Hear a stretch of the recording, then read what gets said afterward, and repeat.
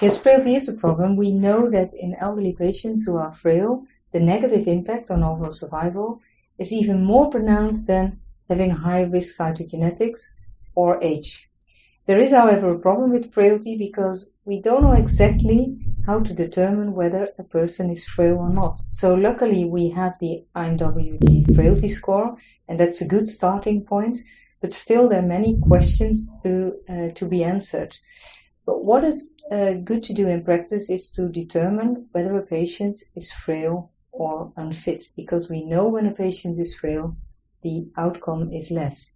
Now, how to improve for patients who are frail? We know from our own research, but also from published data from the PETIMA and the GEMIMA study groups, that it is useful to give a less intense induction therapy, and not 9 cycles, but for example 6 cycles, because it was possible for frail patients also to have 6 cycles of induction therapy.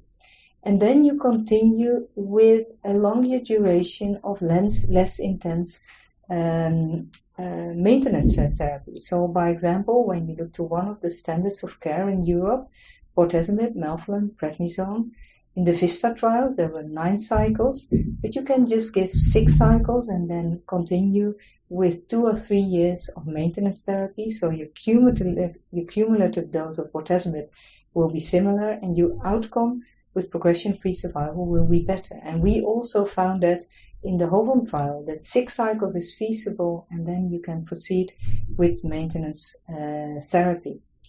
Hopefully we will have better tools to define frailty. So we are now investigating the muscle mass and function. So with sarcopenia, you have less muscle mass and less function, and hopefully we will be able to present the data at the coming ASH. And we're also looking to hand grip strength and walking speed in order to see which patients are really frail or not.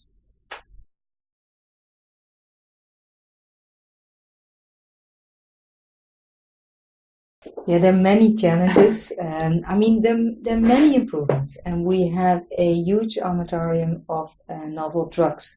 So that is the very positive side for patients with multiple myeloma. But there's still patients with a high unmet need. We recently discussed patients with high-risk disease, either because of cytogenetic high risk, but also during treatment because they're refractory or having early relapses. So we have to define who are the patients with high-risk disease, maybe even better than we're doing now, and adapt the therapy. And luckily there are 3 trials now running in Germany, in France, and in England, in which there are specific trials for high-risk patients. We also have patients with plasma cell leukemia, and I think also, which is a challenge, is how to sequence the therapy, because we have so many drugs available. So what are the most optimal sequences for the treatment of multiple myeloma, not only concerning efficacy, but also based on what patients like in certain times of their life. Would they like to have oral drugs or intravenous drugs for which they have to come to the hospital? So sequencing, the best sequencing, is also an issue that we have to investigate better.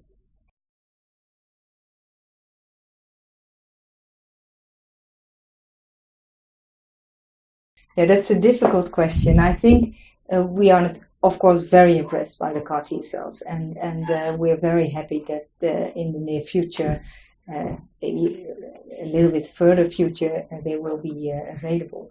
What we saw from the CAR T cells, it started, of course, in ALL, lymphoblastic leukemia, into non-Hodgkin's lymphoma. But what we saw from the BCMA CARs in multiple myeloma, also there, high rates of response rates in patients who were heavily pretreated. And at ESCO, they showed a median progression-free survival of approximately 11 months. Well, in a heavily pretreated patient population, that is impressive, although we hoped, of course, it would even be better. There are many issues to be resolved. So what antigen is best? to attack with the CAR T cells. We know there's antigen escape, so some of the tumor cells lose the antigen, so then you have a relapse of the disease because the CAR T cells do not recognize the antigen anymore because it disappeared. We have to look in more detail in the toxicity of the therapy. We know that when the T cells are lysing the tumor cells, cytokines are released, and you have the cytokine release syndrome, which sometimes is very minimal, but it can be very impressive with low blood pressure, with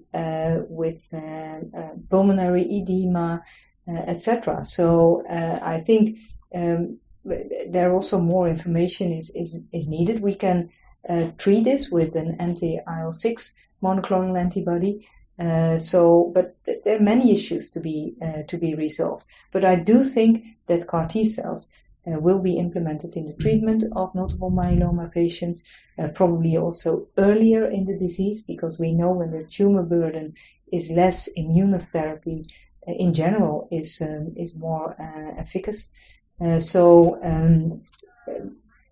we have to wait longer, but I'm hopeful, and I hope that CAR T cells will really change the landscape of the treatment for patients with multiple myeloma.